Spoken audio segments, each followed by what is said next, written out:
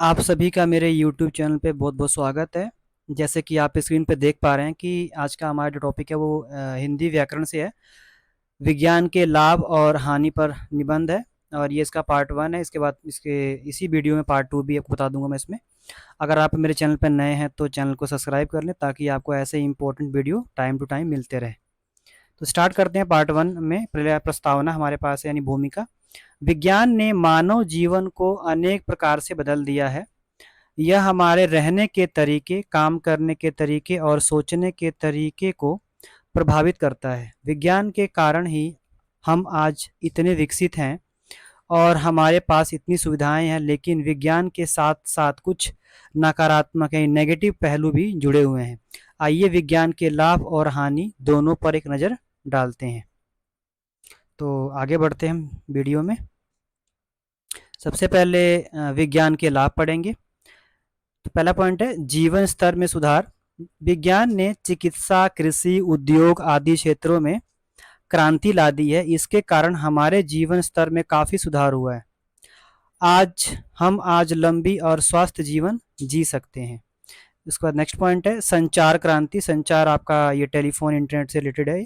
विज्ञान ने संचार के क्षेत्रों में अद्भुत बदलाव किए हैं। आज हम दुनिया के किसी भी कोने में बैठकर अपने प्रियजनों से बात कर सकते हैं। यानी इंटरनेट और फ़ोन की बात कर रहे हैं यहाँ पर। आप चाहें तो इसमें एग्जाम्पल ऐड कर सकते हैं। अब नेक्स्ट टॉपिक इसमें आपका आता है यातायात का। विज्ञान ने यातायात को आसान और तेज बना दिया है। आज हम कुछ ही घंटों में हजारों किलोमीटर की दूरी तय कर सकते हैं। इसके बाद नेक्स्ट पॉइंट है सूचना तक पहुंच। इंटरनेट और अन्य तकनीकों के कारण आज हमारे पास दुनिया की सारी जानकारी एक क्लिक पर उपलब्ध है। इंटरनेट की बात कर रहा है, ये स्मार्टफोन की बात कर रहा है, लैपटॉप और कंप्यूटर की बात कर रहा है। अब नेक्स्ट टॉपिक है नई खोजें। विज्ञान नए नए तथ्यों और सिद्धांतों की खोज करता रहता है, जिससे हमारी समझ बढ़ती रहती है। यानी विज्ञान के अंदर टाइम टाइम खोज करना बहुत जरूरी होता है। अब इसके नेगेटिव पॉइंट करेंगे, यानी विज्ञान की हानि। विज्ञान की क्या हानियां हैं ये देखते हैं। सबसे पहले है पर्यावरण प्रदूषण।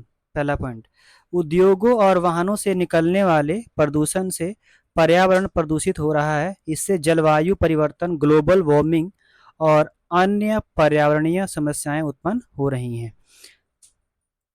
नेक्स्ट पॉइंट है आपके पास समाज पर प्रभाव। यानी विज्ञान ने हमारे जीवन पर इतना अधिक प्रवेश कर लिया है कि हम तकनीक पर निर्भर हो गए हैं। इससे हमारी सामाजिक संबंधों पर नकारात्मक प्रभाव पड़ रहा है।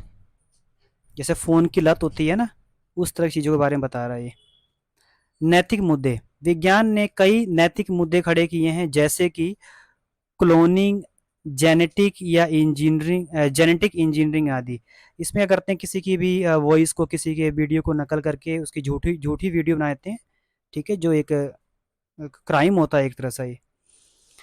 असमानता। विज्ञान की सभी उपलब्धियां सभी लोगों तक समान रूप से नहीं पहुंच पाती हैं, जिससे समाज में असमानता बढ़ पाता है। यानी कि जो अमीर लोग हैं उसका ज़्यादा इस्तेमाल करते हैं, वो आगे बढ़ जाते हैं, और गरीब लोग ये टेक्नोलॉजी का इस्तेमाल नहीं कर पाते तो पीछे रह जाते हैं। इसका सिंपल सा यही मीनिंग है। युद्ध, अगला पॉइंट है युद्ध। विज्ञान का उपयोग हथियार बनाने में भी होता है, जिससे युद्ध और हिंसा बढ़ती है। इसमें एग्जाम्पल ऐड कर सकते हैं कि सेकेंड वर्ल्ड वॉर में कैसे अमेरिका ने हिरोशिमा और नागासाकी, जो जापान के क्षेत्र थे, वहाँ पे परमाणु बम गिराए थे, जिससे काफ़ी लोग मरे थे। इसके बाद आप निष्कर्ष पे आएंगे। विज्ञान एक शक्तिशाली उपकरण है। इसका उपयोग हम अच्छे या बुरे दोनों तरह से कर सकते हैं। यह हमारे ऊपर है कि हम विज्ञान का उपयोग किस तरह से करते हैं। हमें विज्ञान के लाभों का उपयोग करते हुए इसके नुकसान को कम से कम करने का प्रयास करना चाहिए। इसके बाद हमारे पास सेकंड पार्ट आता है, और सेकंड पार्ट में मैंने ज़्यादातर पैराग्राफ ही लिखा हुआ है, पॉइंट्स को उसमें ऐड नहीं किया है। अगर आपको यहाँ से सही लगता है पॉइंट्स, तो आप यहाँ से पॉइंट को ऐड कर सकते हैं। इसको स्टार्ट करते हैं। पार्ट 2। विज्ञान का अर्थ है विशेष ज्ञान। मनुष्य ने अपनी आवश्यकताओं के लिए जो नए नए आविष्कार किए हैं, वे सब विज्ञान की ही देन है। आज का युग विज्ञान का युग है। विज्ञान के अनगिनत आविष्कारों के कारण मनुष्य का जीवन पहले से अधिक आरामदायक हो गया है। आगे बढ़ते हैं।